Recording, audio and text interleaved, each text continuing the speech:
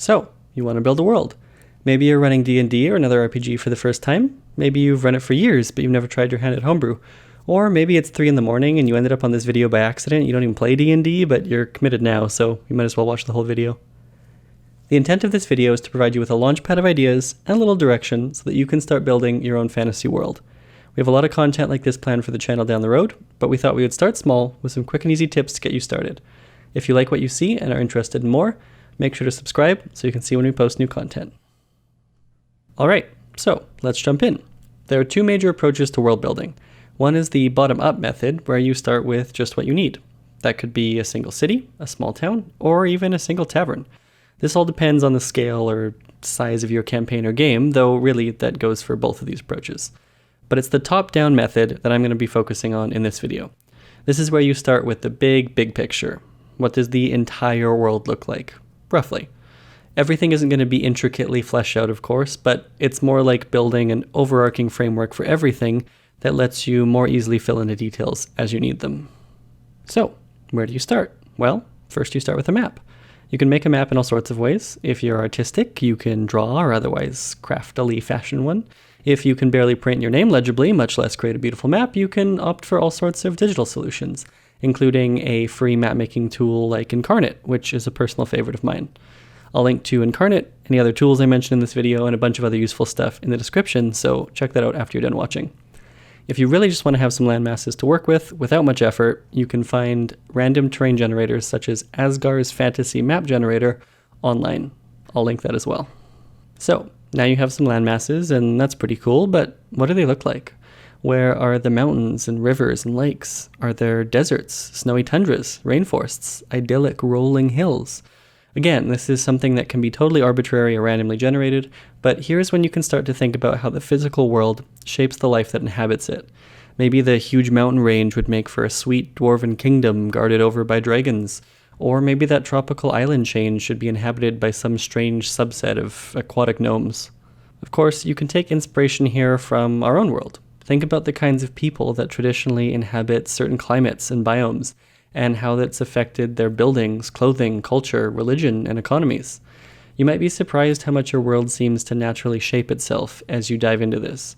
Of course, at the end of the day, it's your world. If you want to have a floating city in the middle of a desert, but somehow they can still farm perfectly fine because magic, that's okay. There are no rules, but let the physicality of your world inspire and prompt your creative process, and see what happens. Now that you have some ideas forming, who are the people that inhabit these lands? What sort of societies, cultures? Are there kingdoms, city-states, vast empires, nomadic tribes? Again, you can turn to history here or make up any sort of culture and governments you can imagine. But what land do they occupy? Where are they on the map? Consider geography again here. Defensible geographical features like rivers and mountain ranges often end up being important political defensible boundaries for a reason. You could also take inspiration from indigenous peoples who generally don't view land as something privately owned, but rather something to be respected and kept for all people. More of a stewardship approach rather than an ownership approach. Consider how the civilizations that start to spring to life in your mind occupy, inhabit, and use the land around them. Alright, so now you have a bunch of nations filling up your map.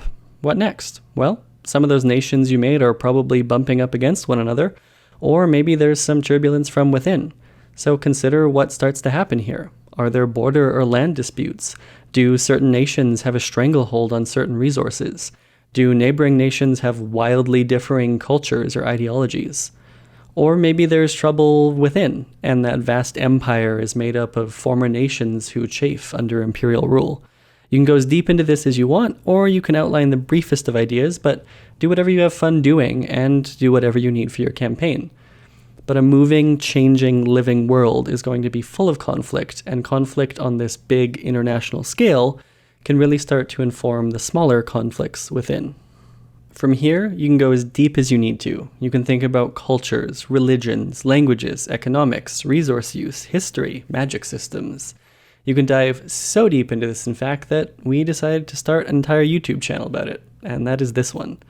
I realize that I've just barely scratched the surface here, but I want to get something out there to give people a taste of the kind of content we want to make, and in all honesty, I really need to practice learning how to make it. So, we've now reached the shameless self-promotion part of the video, but please don't click away just yet. Mac and I have some exciting content in the works, and we're looking forward to building out this channel. If you like the content and you want to see more, it truly does help if you give the video a like, leave a comment down below, and most importantly, subscribe to see more good stuff.